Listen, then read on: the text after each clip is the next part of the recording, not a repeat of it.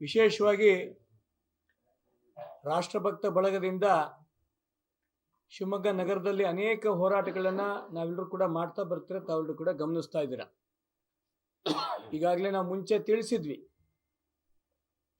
3ನೇ ತಾರೀಕೊಳಗೆ ಶಿವಪ್ಪ ನಾಯಕ ಹೂವಿನ ಮಾರುಕಟ್ಟೆ ಏನಿದೆ ಆ ಮಳಿಗೆ ಅದನ್ನ ಉದ್ಘಾಟನೆ ಆಗಿಲ್ಲ, ಫಲಾನುಭವಿಗಳಿಗೆ ಕೊಟ್ಟಿಲ್ಲ ಅಂತಾಯಿತು ಅಂದರೆ 3ನೇ ತಾರೀಕು ನಾವು ವಿಶೇಷವಾಗಿ ಒಂದು ಶಿವಪ್ಪ ನಾಯಕ ಮಳಿಗೆ, ಸಾವರ್ಲೈನ್ ರಸ್ತೆಯ ಮಳಿಗೆ, ಗಾಂಧಿ ನಗರದ ಮಳಿಗೆ, ಬಸ್ ಸ್ಟ್ಯಾಂಡ್, ಪ್ರೈವೇಟ್ ಬಸ್ ಸ್ಟ್ಯಾಂಡಿನ ಮಳಿಗೆ ಇದಷ್ಟನ್ನು ಕೂಡ ಅಷ್ಟರೊಳಗೆ ತೀರ್ಮಾನ ಮಾಡಿ ನೀವು ಫಲಾನುಭವಿಗಳ ಹಂಚಿಕೆ ಮಾಡಿಲ್ಲ ಅಂತಾಯಿತು ಅಂದರೆ ರಾಷ್ಟ್ರಭಕ್ತ ಬಳಗದಿಂದ ನಾವೊಂದು ಬೃಹತ್ ಪ್ರತಿಭಟನಾ ಮೆರವಣಿಗೆ ಮಾಡ್ತೀವಿ ಅಂತ ನೀವು ಆಗಲೇ ಹೇಳಿದ್ವಿ.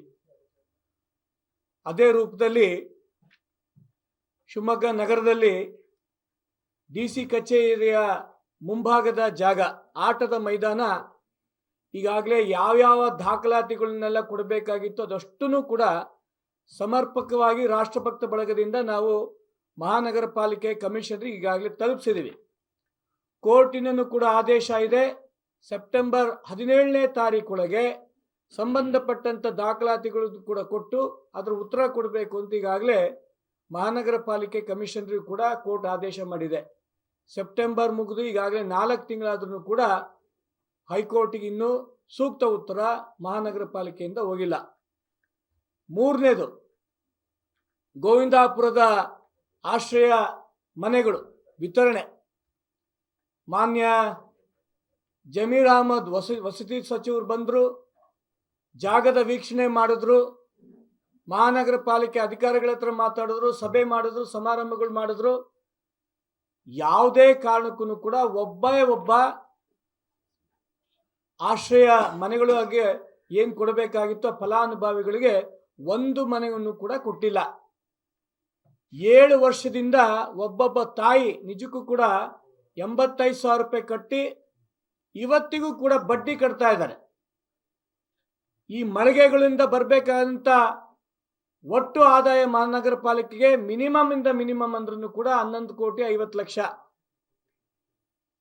ಇದೆಲ್ಲದನ್ನು ಕೂಡ ಪರಿಗಣನೆ ತಗೊಂಡು ಶಿವಮೊಗ್ಗ ನಗರದಲ್ಲಿ ರೋಟರಿ ಚಿತಾಗಾರ ಇದೆ. ಈಗಾಗಲೇ ಮಹಾನಗರ ಪಾಲಿಕೆಯಿಂದ ಅದಕ್ಕೆ ಅನಿಲ ಚಿತಾಗಾರ ಕಟ್ಟಿ ಕೋಟ್ಯಾಂತರ ರೂಪಾಯಿ ವ್ಯಯ ಆಗಿದೆ. ಆದರೆ ಈ ಕ್ಷಣದವರೆಗೂ ಕೂಡ ಅದನ್ನ ಉಪಯೋಗಿಸೋಂಥ ವ್ಯವಸ್ಥೆ ಆಗ್ತಾ ಇಲ್ಲ, ದುರಸ್ತಿ ಕಾರ್ಯ ಆಗಿಲ್ಲ.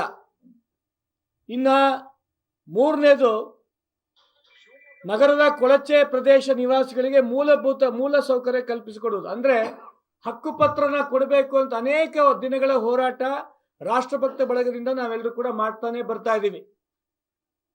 ಈ ಕ್ಷಣದವರೆಗೂ ಕೂಡ ಪತ್ರದ ಬಗ್ಗೆ ಮಹಾನಗರ ಪಾಲಿಕೆಯಿಂದ ಯಾವುದೇ ಒಂದು ಹೆಜ್ಜೆನೂ ಕೂಡ ಇಡ್ತಾ ಇಲ್ಲ.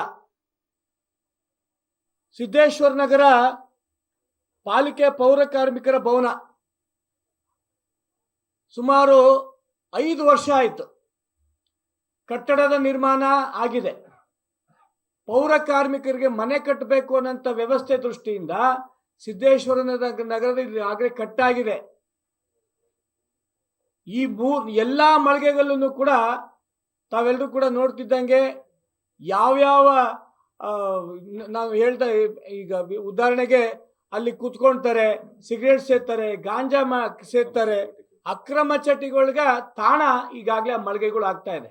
ಹಾಗಾಗಿ ಮಹಾನಗರ ಪಾಲಿಕೆಯ ಕಮಿಷನರಿಗೆ ನಾವು ಈ ಕ್ಷಣದಲ್ಲೂ ಕೂಡ ಕೇಳ್ತಾ ಇದ್ದೀವಿ, 3ನೇ ತಾರೀಕೊಳಗೆ ಈ ಒಂದು ನಮ್ಮ ಬೇಡಿಕೆಗಳು ಈಡೇರಿಲ್ಲ ಅಂತಾಯ್ತು ಅಂದರೆ ರಾಮಣ್ಣ ಶೆಟ್ಟಿ ಪಾರ್ಕಿಂದ ಬೆಳಿಗ್ಗೆ 10 ಗಂಟೆಗೆ ನಾವು ಮಹಾನಗರ ಪಾಲಿಕೆವರೆಗೂ ಕೂಡ ರಾಷ್ಟ್ರಭಕ್ತರ ಬಳಗದಿಂದ ಒಂದು ಬೃಹತ್ ಮೆರವಣಿಗೆ ಮಾಡ್ತಾ ಇದ್ದೀವಿ.